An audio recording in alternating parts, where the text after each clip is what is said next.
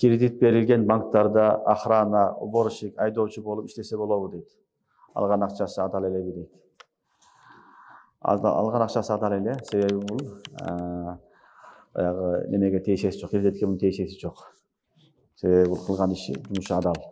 Жууп атат, тазалап атат. Бирок жакшы нерсе эмес. Жакшы нерсе эмес.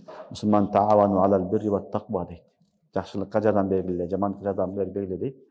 Башка иши жок болгон болсо, кылган иши адал, акчасы адал.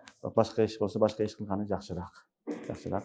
Бирок аны тапкан акчасын харам дебейбиз, себеби бул өзү таза, өзүнүн ишин аткарган үчүн бунун иши жайыз. Кошунанын алма дарагы биздин коргонго ийилип өтүп калса, сурабай жесе болобу дейт. Бул үрфкө каралат. Үрфтө негизи сурабай жей берсе, кошуна ыраазы болсо боло берет. Эгер кошуна нааразы болуп турган болсо болбойт. Көбүнчө кошуналар ошол кошуна тарапка өтүп калган нерсени жегенге уруксат берет. Жей бергиле, алгыла дейт. Анда жей бересиз. Эгерде баягындай сараң адам болсо, бербей турган болсо, анда жегенге болбойт. Анда сурап жеш керек. Уста жамаат менен намаз окуп жаткан учамда жамаатта жанымдагы адам өзүн жоготуп кулап түшсө, намаз окуй бериш керекпи же намазды бузуп жардам бериш керекпи дейт, берейинби дейт. Бул эгерде башка адамдар кирип аткан болсо, намаз баштай элек адамдар жардам бериш керек. Сен жамаатта турасың, башкалар кирип атат, ошол адамдар намазга шашылбастан кирип тиге жардам бериш керек. Башка эч ким жок болсо, анда жардам бериш керек. Намазга эмес, ага жардам бересиң, кийин намазыңды толуктап аласың. Каза болгон ата энеме Куран хатым түшүрүп, дуба кылып коюңуз деп акча берсе, ошол акчаны алса болобу дейт. Хатым Куран окуп, намаз окуп, дуалар кылса, бардык дуалар жетет. Ата энеге жетет, бардыгына жетет. Бирок ушуну түшүнүп алыш керек. Хатым Куранга акча алган болбойт негизи. Куран ибадат бул. Ибадатка акча алынбайт. Намаз окуп, мен намаз окудум, акча бер дебейсиң.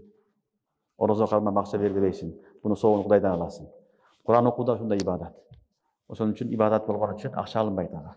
Ошон үчүн бергенде акчаны өзүнүн соогуна алат. Акчага өзүнчө соог алат, Куран окуган үчүн соогуна өзүнчө алат. Берген адамга айтыш керек, мен акчага окубайм деш керек.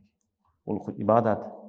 Сага мен мындай эле Куран окуп берем, өзүң соогун багыштап коем деш керек. Негизи бул маселе каяктан чыккан? Бул маселе элдер Куран окубай, молдолорго Куран окуткандан чыккан.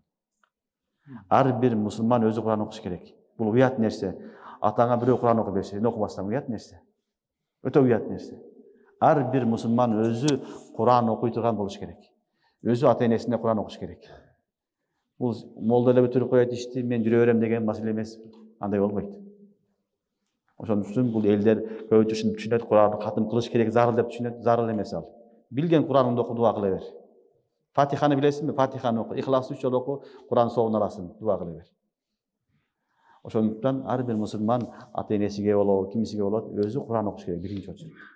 Анан бирөөгө Куран окутамыз окусун, окуп берсе дуа соогун алат, бирок Куран хатымга Куран акча алган болбойт. Тиги айтыш керек, мен Куран хатымга акча албайм деп. Анан жөн эле алып, сен бирөөгө, өзүңө же бирөөгө муктажга берип кой десе, анда анын да соогун алат. Бирок Куран хатымга акча алганга болбойт. Туугандар, Куран Каримди ар бир мусулман өзү окусун. Имамдын дараты сынып калса, артындагы муктади имамга чыгып, кыраатты улантабы же башынан окуйбу дейт. Муктади келген жеринен баштайт. Имамдын келген жеринен баштап окуп кете берет. Айыл жерлерде жума намазы окулбаган жерлер бар. Ал айыл эми жума намазы окуу үчүн айыл эли эми жума намазы окуш үчүн башка мечитке барабы? Же пешин окуйбу дейт. Айыл жерлерде эгерде жуманын шарттары табылбаса, кошуна мечиттерге барылат. Кошуна айылдарга барып намаз окулат.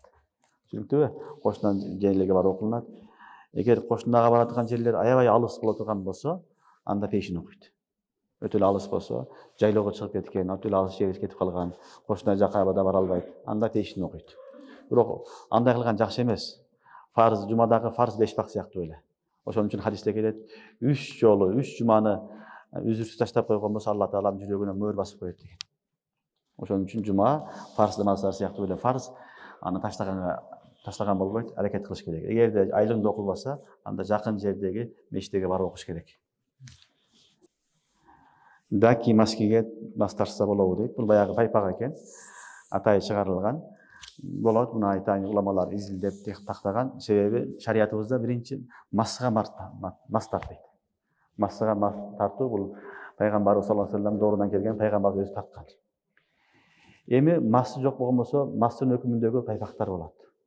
Уламалар аларды айткан 3 шарттан айткан: сахинейн, калың болсун деген, жука болбосун деген, өзү турсун деген, сапарга басыш мүмкүн болсун деген шарттар койгон. Ошол шарттары табылса, ал пайпактар мастын өкүмүндө болот. Мастын өкүмүндө болот дагы мас тартса жайыз.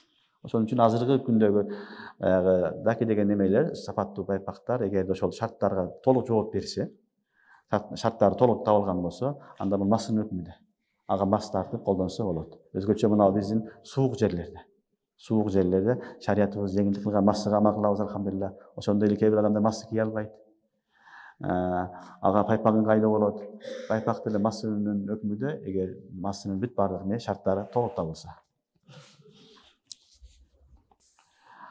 Эркек киши угул балалуу болгондон кийин биринчи шариятта кайсы амалдар атанын мойнуна жүктөлөт деген суроо экен.